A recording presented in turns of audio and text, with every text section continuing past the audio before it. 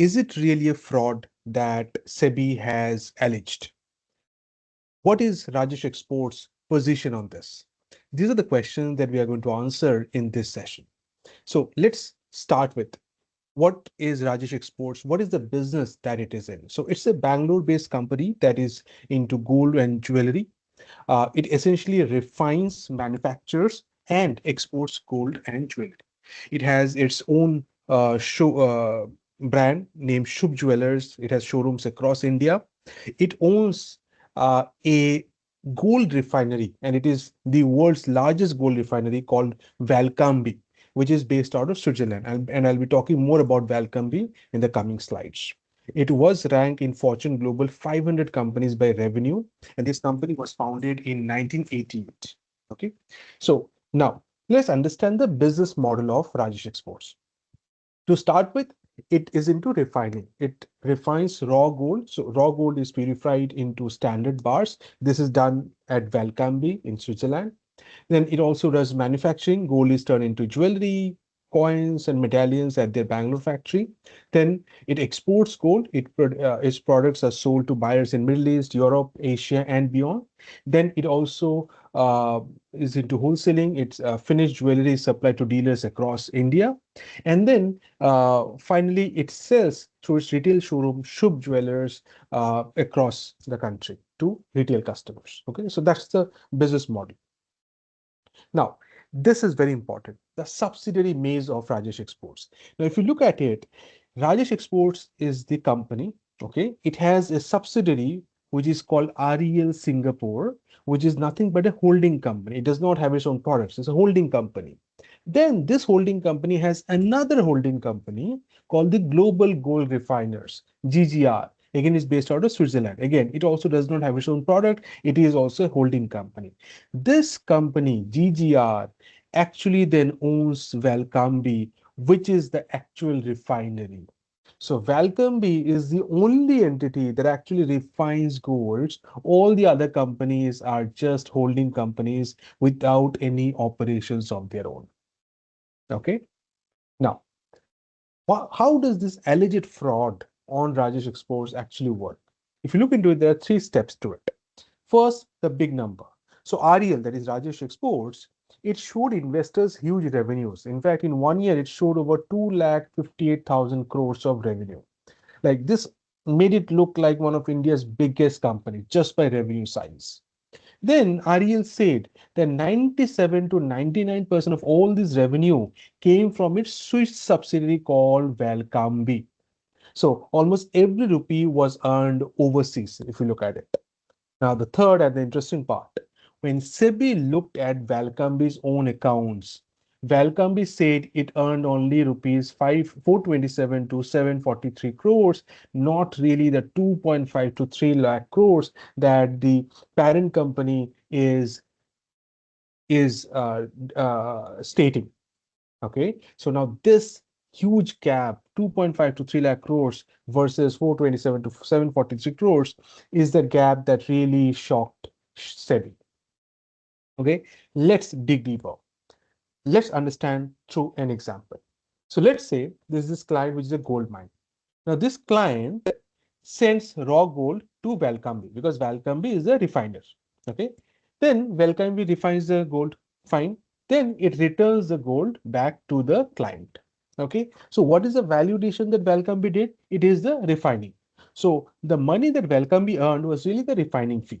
Okay, for example, if Valcambi refines say 10,000 crores of gold, then it charges around, say, it charge 100 crore fee for processing. Okay, so if you look at it, Valcambi's actual revenue earned is 100 crore because that is the money that it earned, is the processing fee.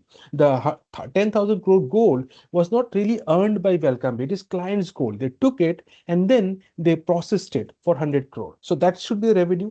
That is what should be happening.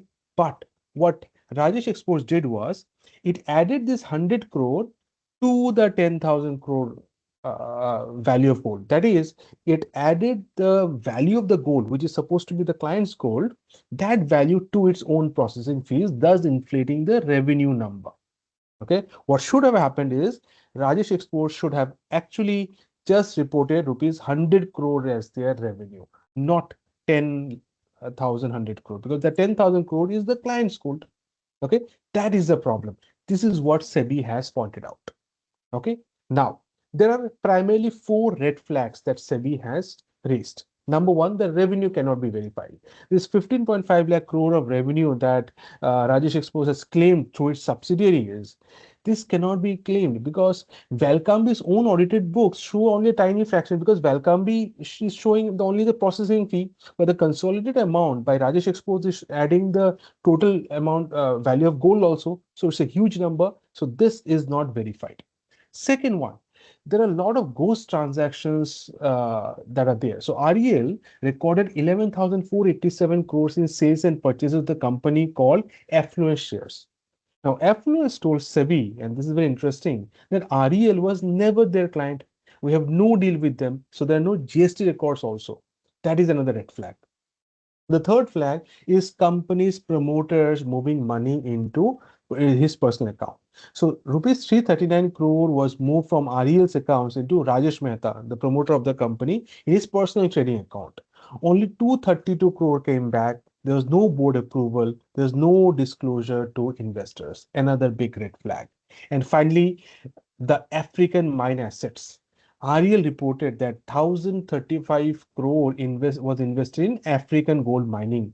But when SEBI asked for proof, REL could not provide documents showing that these assets even existed. Okay, so these are the four primary red flags that SEBI has raised. Now, moving on, who got hurt? If you look at it, LIC has 10.8% stake in Rajesh Exports. No mutual fund really is invested in this. Bridge India Fund has 8.46%, and then 14% is by 1.94 lakh retail investors.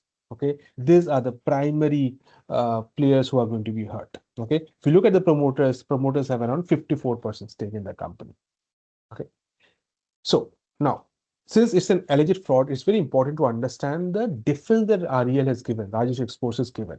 So to start with, when SEBI says that 99% of revenue is fake or misrepresented, REL's response is, see, the revenue is correct. GGR accounts for gross gold value. Valcambi has given the processing fee. So it is saying that, see, Valcambi is reporting the processing fee, but GGR, the subsidiary company which actually owns Valcambi, that gold is actually owned by Valcambi. So the gross gold value is in GGR's book, which we have added. That is what REL is saying. Now, whether it's right or wrong, SEBI has to verify. Second, SEBI's allegation is that Swiss law cannot hide corporate financials, but REL is saying, see, there are Swiss data protection laws, so we cannot share Valcambi's data, which SEBI is rejecting. It's not accepting that. Third, affluent share transactions are ghost details. That's what SEBI claimed. Now, the company is saying that it is denying all these financial irregularities, but it did not yet explain this directly.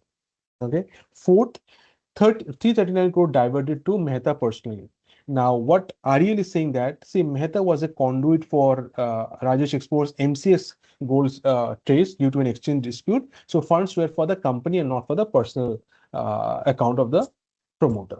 Okay, that is what REL is saying. And finally, company blocked the investigation. That is what SEBI is saying. But REL is saying that, see, we have fully cooperated. We are ready to cooperate. We will give more documents. You have already submitted a lot of documents. Okay, so mind you, this is an interim order. The case is pending, so we'll have to see how it turns out. But these are the allegations that SEBI has raised on REL. We'll have to see how this pans out. If you like this kind of video, I'll be bringing more such insightful videos for you. Please do like this video and subscribe to this channel. I'll see you again.